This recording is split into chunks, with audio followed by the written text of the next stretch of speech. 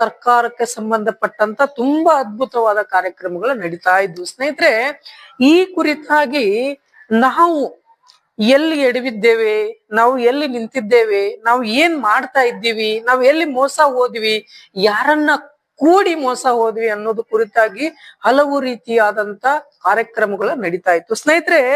ನಾನು ಒಂದು ವಿಚಾರದ ಬಗ್ಗೆ ತಮ್ಮ ಮುಂದೆ ನಾನು ಮಾತನಾಡಕ್ ಬರ್ತಾ ಇದ್ದೀನಿ ಸ್ನೇಹಿತರೆ. ನಾನು ಒಂದು ವಿಶೇಷ ಸ್ಥಳ ಮತ್ತು ವಿಶೇಷ ಜಾಗದಲ್ಲಿ ತಮ್ಗೆಲ್ಲ ಗೊತ್ತಿರ್ಬೋದು. ಆ ಕಡೆ ಗೋಡೆ, ಈ ಕಡೆ ಗೋಡೆ, ತಾವೆಲ್ಲ ನೋಡ್ತಾ ಇದ್ರಿ ಅಂದ್ರೆ 3 ಕಡೆ ಗೋಡೆಗಳು ಕಾಣ್ತಾ ಇದೆ. ಅಂದ್ರೆ ಈ ಗೋಡೆ ಎಷ್ಟು ನಮ್ಮನ್ನ ಸಂರಕ್ಷಣೆವಾಗಿ ಮಾಡುತ್ತೋ, ಈ ಗೋಡೆಯ ಮಧ್ಯೆ ನಾವು ಎಷ್ಟು ಫ್ರೀಡಮ್ ಆಗಿದ್ದೀವಿ, ಅದಕ್ಕೂ ಒಂದು ಮೂಲ ಕಾರಣ ನಮ್ಮ ದೇಶದಲ್ಲಿರುವ ಸೈನಿಕರು.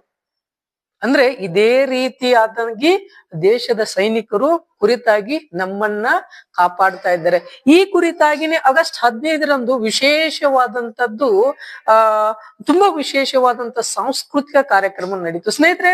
ಯಾವುದು ರಾಜಕೀಯ ಇಲ್ಲದೆ, ಯಾವುದು ಪಕ್ಷಪಾತವಿಲ್ಲದೆ, ಯಾವುದು ಭೇದವಿಲ್ಲದೆ ಈ ದಿನದಲ್ಲಿನೇ, ಈ ವರ್ಷದಲ್ಲಿನೇ ಒಂದು ಆಪರೇಷನ್ ಸಿಂಧೂರ ಅಂತ ಆಯ್ತು. ಗೊತ್ತಲ್ವಾ ನಿಮ್ಗೆ ಏನಾಯ್ತು, ಯಾವ ಘಟನೆ ಯಾಕಾಯ್ತು, ಯಾವ್ದಕ್ಕೋಸ್ಕರ ಆಯ್ತು ಅನ್ನೋದ್ರ ಬಗ್ಗೆ ತಮ್ಗೆ ಗೊತ್ತು ಸ್ನೇಹಿತರೆ. ಜಮಖಂಡಿ ತಾಲೂಕು ಬಾಗಲಕೋಟೆ ಜಿಲ್ಲೆ, ಜಮಖಂಡಿ ತಾಲೂಕು ಬಾಗಲಕೋಟೆ ಜಿಲ್ಲೆ ಜಮಖಂಡಿಯ ವಿಶೇಷ ಪೋಲೋ ಮೈದಾನದಲ್ಲಿ ಒಂದು ಸಾಂಸ್ಕೃತಿಕ ಕಾರ್ಯಕ್ರಮ ನಡೀತು ಸ್ನೇಹಿತರೆ. ಪ್ರಾಥಮಿಕ ಮಾದರಿ ಉರ್ದು ಶಾಲೆ 3, ಜಮಖಂಡಿ ತಾಲೂಕಿನ ವಿಶೇಷವಾದ ಪ್ರಾಥಮಿಕ ಉರ್ದು 3ನೇ ನಂಬರ್ ಶಾಲೆಯವರು ತುಂಬಾ ವಿಭಿನ್ನವಾಗಿ ಕಾರ್ಯಕ್ರಮ ಮಾಡಿದ್ರು. ಯಾಕೆ ನಾನು ಎಲ್ಲಾ ಕಾರ್ಯಕ್ರಮಗಳನ್ನ ಬಿಟ್ಟು ಈ ಕಾರ್ಯಕ್ರಮದ ಕುರಿತಾಗಿ ಯಾಕೆ ಹೇಳಿದೆ ಅಂದ್ರೆ, ಅಲ್ಲಿ ವಿಶೇಷವಾದ ಪಾತ್ರ ವಹಿಸಿದವರು, ನಿಜ ಜೀವನದಲ್ಲಿ ವಿಶೇಷವಾದ ಪಾತ್ರ ವಹಿಸಿದವರು, ಮತ್ತು ಇಲ್ಲಿ ಅವರ ಸ್ವರೂಪವನ್ನ ಪಡೆದುಕೊಂಡು ಸಾಂಸ್ಕೃತಿಕ ಕಾರ್ಯಕ್ರಮ ಮಾಡಿದಂತ